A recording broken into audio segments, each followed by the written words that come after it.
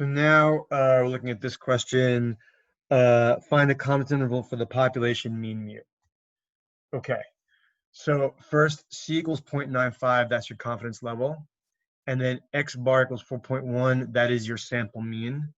And then you're given sigma, that's your population standard deviation, that's 0.5. And then N equals 47, that's your sample size.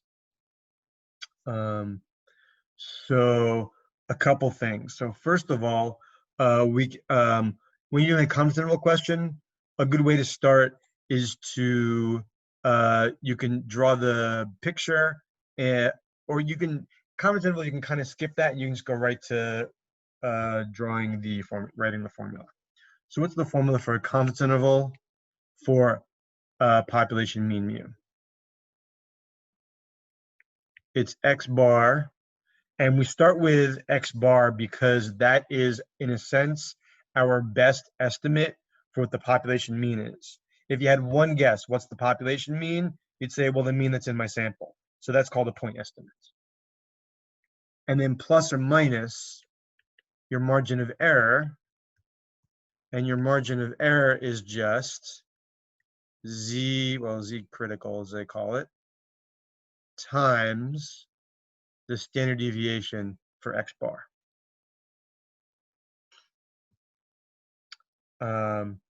So now we just need to punch those numbers in. So X bar is given. That's 4.1. Plus or minus Z. So you're going to need to figure out what is your Z-score. The way you figure out your Z-score is exactly what we just did in the problem before. Given a confidence level, how do you find your Z-score? So we have to do that again.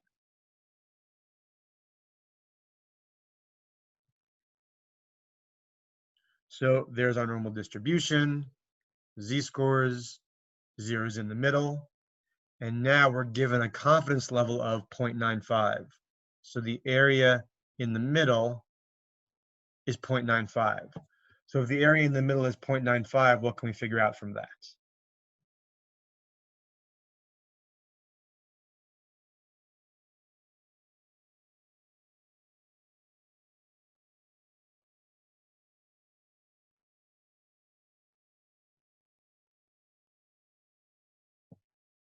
What can we figure out from that?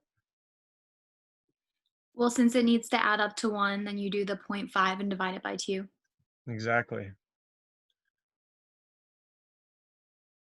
So the leftover area is 1 minus 0.95, and then we're going to divide it by 2 because there's 2 tails.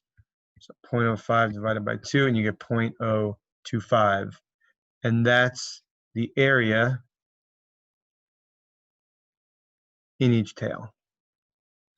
And now we can just go into StatDisk to plug that in to get our Z-score. Okay. So let me just do screen for a second. Okay. So here's your StatDisk. Analysis, probability distribution, normal distribution. And we know that the area to the left is 0.025. Click evaluate, and it gives you your Z-score.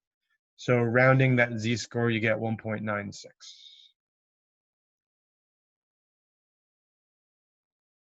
Okay. So that's what we're going to use. So we know that the Z is 1.96. And notice that the plus or minus is already in the formula. So we just write down 1.96.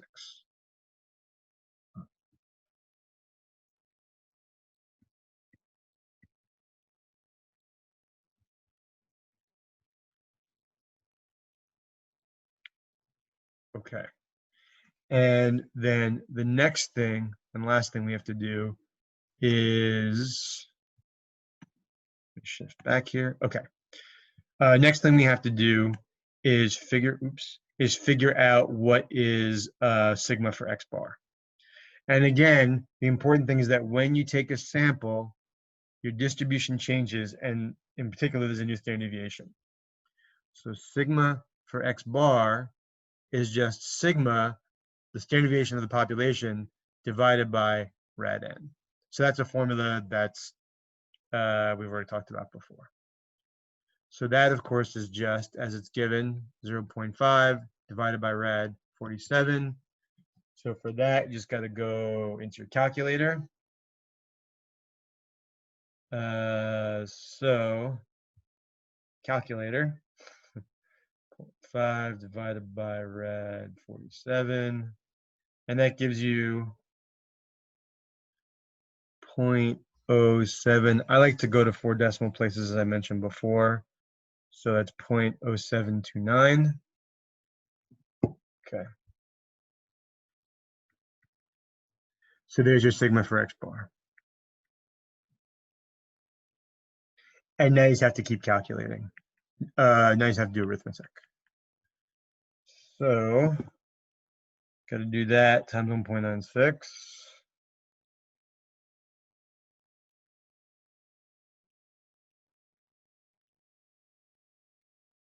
So that's 0.14. How many decimal places did it say? Round to 2 decimal places. So that's what we'll do.